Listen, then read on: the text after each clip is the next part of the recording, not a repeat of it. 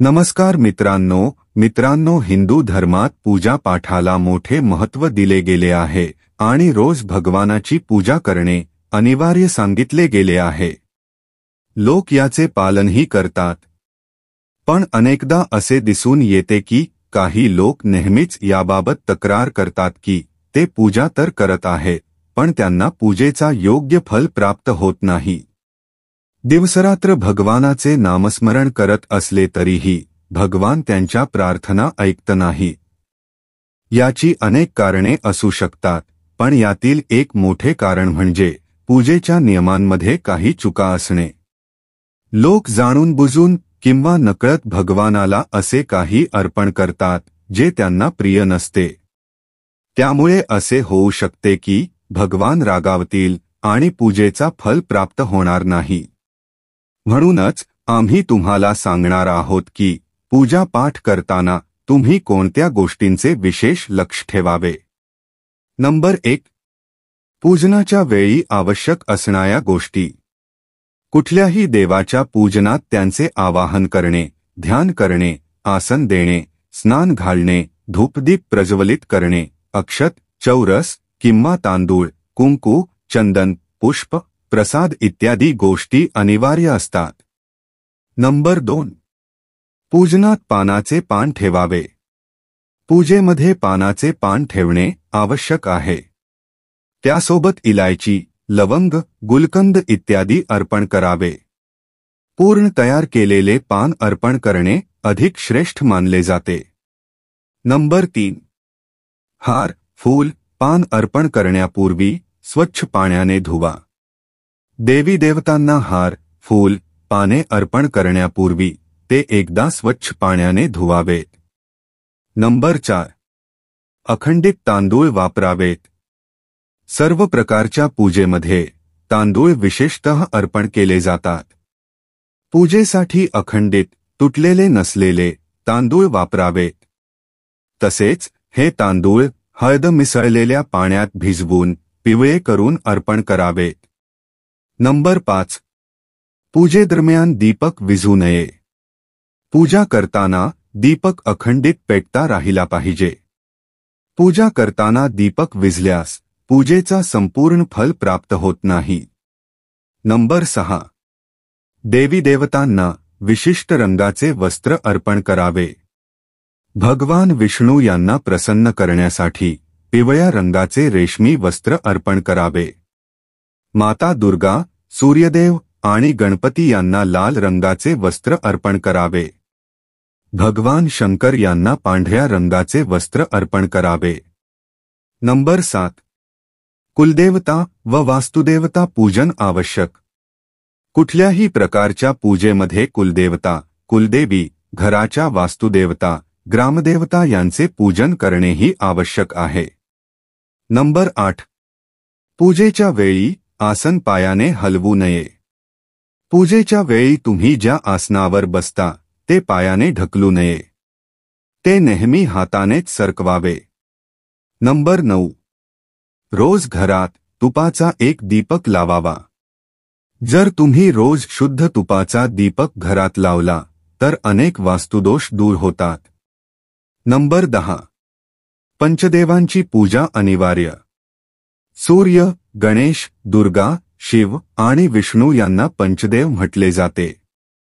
कुठल्याही पूजेमध्ये या पंचदेवांची पूजा केलीच पाहिजे। यामुळे लक्ष्मी कृपा आणि समृद्धी प्राप्त होते। नंबर 11, तुळशीच्या पानांचे महत्त्व। तुळशीची पाने 11 दिवसांपर्यंत बासी मानली जात नाहीत। तुळशीची पाने रोज भगवानाला अर्पण करताना त्यावर जल शिंपडावे।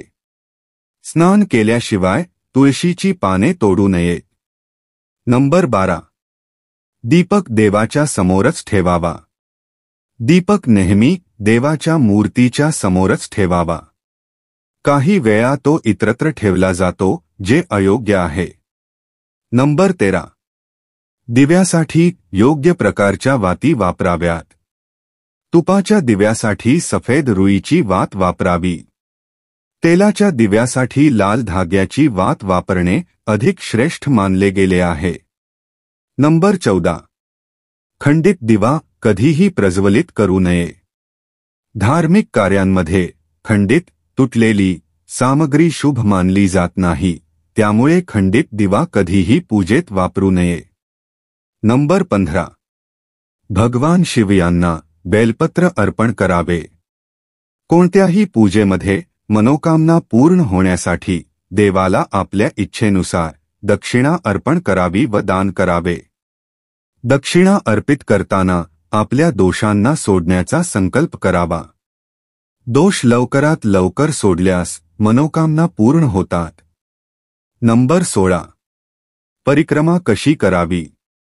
सूर्यदेव 7 प्रदक्षिणा, श्री गणेश 3 प्रदक्षिणा, भगवान विष्णू 4 प्रदक्षिणा, भगवान शिव 1 किंवा 2 प्रदक्षिणा. नंबर 17. विशेष पूजेमध्ये कोणते घटक असावेत. घरात किंवा मंदिरात विशेष पूजा करताना आपल्या इष्टदेवांसोबत स्वस्तिक, कलश, नवग्रह, पंचलोकपाल, 16 मातृका, सप्तमातृका यांचे पूजन करणे आवश्यक आहे. याची संपूर्ण माहिती ब्राह्मण पंडितांकडून घ्यावी. विशेष पूजा नेहमी पंडितांच्या मार्गदर्शनाखालीच करावी. नंबर 18. पूजास्थळी अव्यवस्था असू नये. पूजास्थळी कधीही जड वस्तू किंवा अनावश्यक सामान ठेवू नये. नंबर 19. भगवान शिव यांना हळदीचा वापर करू नये. भगवान शंकराला हळद अर्पण करू नये आणि शंखाने पाणी वाहू नये. नंबर 20. पूजास्थळी स्वच्छता राखा. पूजास्थळी चप्पल घालून जाऊ नये. पूजेच्या वेळी चामड्याची बेल्ट किंवा पर्स जवळ ठेवू नये. पूजास्थळी कचरा किंवा अस्वच्छता नसावी. नंबर 21. मंदिरातील सुकलेली फुले वेळोवेळी हटवा. देवाला अर्पण केलेले जुने सुकलेले हार व फुले वेळेवर काढून टाकावेत. नंबर 22. पूजेची सुरुवात श्री गणेश पूजनाने करावी. श्री गणेशाची आराधना करूनच कोणतीही पूजा सुरू करावी. गणपतीला तुळशीपत्र अर्पण करू नये, कारण त्यामुळे दोष लागू शकतो. नंबर 23. भगवान शिव यांना केतकीचे फूल अर्पण करू नये. पौराणिक कथेनुसार भगवान शिव यांनी केतकीच्या फुलाला शाप दिला होता, त्यामुळे हे फूल अर्पण करू नये. अन्यथा पूजेचा विपरीत परिणाम होऊ शकतो. नंबर 24. मूर्तीला स्नान घालताना अंगठा वापरू नये. देवांच्या मूर्ती स्नान घालताना केवळ बोटांचा वापर करावा. अंगठ्याचा वापर करू नये, कारण यामुळे देव अप्रसन्न होतात. नंबर 25. दिवा जमिनीवर ठेवून प्रज्वलित करू नये. जमिनीवर दिवा ठेवून पेटवल्यास धनहानी होते आणि घरात अशुभता येते. नंबर 26. पूजेत अगरबत्तीचा वापर टाळावा. अगरबत्ती बनवताना बांबूच्या काडीचा वापर केला जातो, जो अंतिम संस्कारात वापरला जातो, त्यामुळे अगरबत्ती लावणे अशुभ मानले जाते. नंबर 27. रविवारी तुळशीची पाने तोडू नयेत. मान्यतेनुसार रविवारी तुळशीची पाने तोडल्यास भगवान विष्णू अप्रसन्न होतात. नंबर 28. भगवान शाळीग्रामला तांदूळ अर्पण करू नये. वास्तुशास्त्रानुसार शाळीग्रामला तांदूळ अर्पण केल्यास दोष लागतो. नंबर 29. पूजेमध्ये स्वच्छ कपडे घालावेत. कधीही अस्वच्छ किंवा घाणेरडे कपडे घालून पूजेसाठी बसू नये, कारण यामुळे घरात दरिद्रता येते. नंबर 30. पूजेदरम्यान मन शुद्ध असावे. पूजा करताना मन प्रसन्न आणि शुद्ध असावे. पूजा करताना वाईट विचार करू नयेत, कारण अशा परिस्थितीत पूजेचे संपूर्ण फल प्राप्त होत नाही. नंबर 31. पूजेमध्ये वापरलेली फुले योग्य पद्धतीने विसर्जित करावीत. जेव्हा पूजेमध्ये वापरलेली फुले सुकतात, तेव्हा त्यांना कधीही कचऱ्यात टाकू नये. त्याऐवजी ती पवित्र नदीत विसर्जित करावीत. नंबर 32. शास्त्रानुसार पूजन किती वेळा करावे? शास्त्रानुसार दररोज 5 वेळा पूजन करणे आवश्यक आहे. पहाटे 5 ते 6 ब्रह्ममुहूर्तात पूजा व आरती. सकाळी 9 ते 10 दुसऱ्यांदा पूजा. दुपारी तिसऱ्यांदा पूजा केल्यानंतर भगवंतांना शयन द्यावा. संध्याकाळी 4:45 चौथ्यांदा पूजा व आरती. रात्री 8 ते 9 शयन आरती. नंबर 33. गंगाजल कशात ठेवावे? गंगाजल प्लास्टिकच्या बाटलीत किंवा अपवित्र धातूच्या भांड्यात ठेवू नये. ॲल्युमिनियम आणि लोखंडाच्या भांड्यात गंगाजल ठेवणे निषिद्ध आहे. तांब्याच्या भांड्यात गंगाजल ठेवणे शुभ मानले जाते. नंबर 34. शंख वाजवण्याचे नियम. स्त्रियांना व अपवित्र अवस्थेत पुरुषांना शंख वाजवू नये. हा नियम पाळल्यास देवी लक्ष्मी त्या ठिकाणाहून निघून जातात. नंबर 35. मंदिरात किंवा देवतांच्या मूर्तीसमोर पाठ दाखवू नये. पूजास्थळी बसताना देवतांकडे पाठ फिरवू नये. नंबर 36. दक्षिणेचे महत्त्व. मनोकामना पूर्ण होण्यासाठी दक्षिणा अर्पण करावी. दक्षिणा अर्पण करताना स्वतःच्या दोषांना सोडण्याचा संकल्प करावा.